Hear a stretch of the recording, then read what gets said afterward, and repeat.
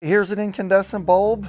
You know, they've been with us over 100 years. We started out with first carbon filament lamps, and then around 1910, tungsten filament lamps. And we're still with tungsten filament lamps. And they have several advantages, several disadvantages. The advantages are that they're inexpensive, for one. And for two, they give a nice color rendering. Objects lighted by them look good. So they're excellent for restaurants, houses, things like that. They don't need any auxiliary gear, which means you can plug them straight into household current and run them. You don't need a ballast, so there's no losses from a ballast. And they have a decent life. Some of them are longer life than others, but most are about 1,000 hours. The disadvantages are they're not the most efficient light source there is. In fact, only about maybe 10% of the energy makes light, and the rest makes heat. How it works, it's a very simple principle. Incandescence, all it is you have a material, whether it be carbon or tungsten, tungsten's a metal, that you place inside of a glass bulb, and you seal it either in a vacuum, or you make a vacuum, then you fill the space with a gas like argon or a mixture of argon and nitrogen, and you pass current through this material, which is really a fine wire, and it heats up. It's a resistor. In other words, the current can't pass through it easily, so when the current tries to pass through the wire, it forces its way through, and it heats up the wire trying to do it.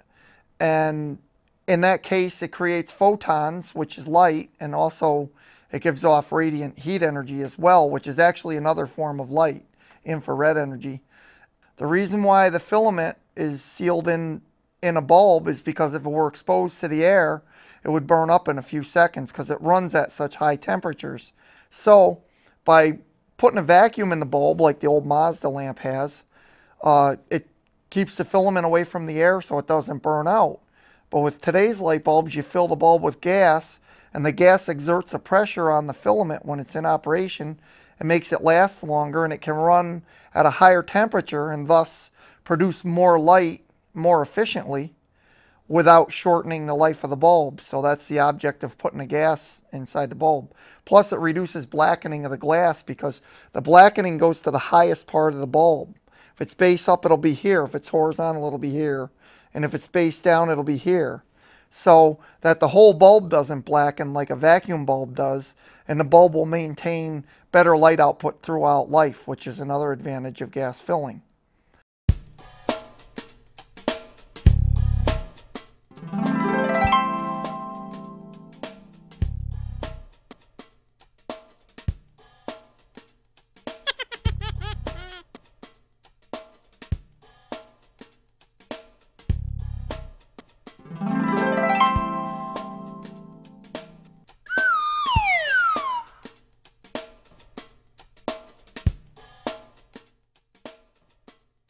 Thomas Edison from USA and Sir Joseph Swan from England.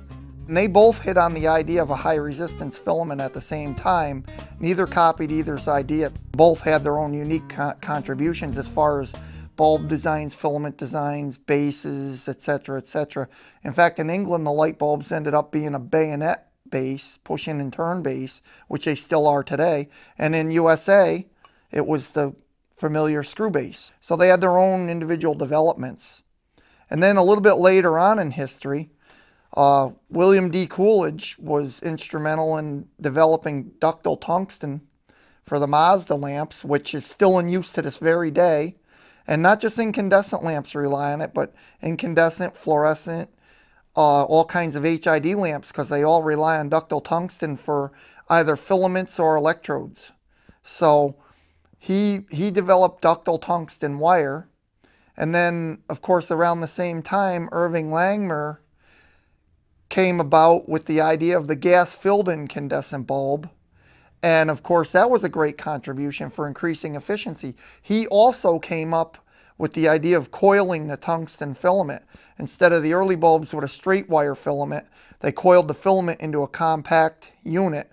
And eventually, by the 30s, they were double coiling them, which is what this bulb has. And by coiling the filament twice, it makes it very short and much more efficient. There is scarcely a person living today who is not benefited by Langmuir's researches and discoveries. His creation of the gas-filled incandescent lamp, which turns night into day, is estimated to save the American people $1 million a night.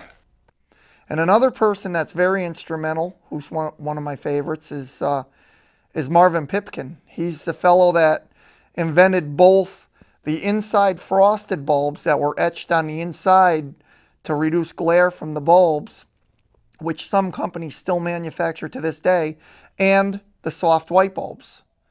And they're coated on the inside with silica to diffuse the light, with only about a 3% loss of light output, 10% at the most in some lamps, but usually around 3 to 5%. So that was probably one of the last greatest developments in the incandescent bulb that is still with us today.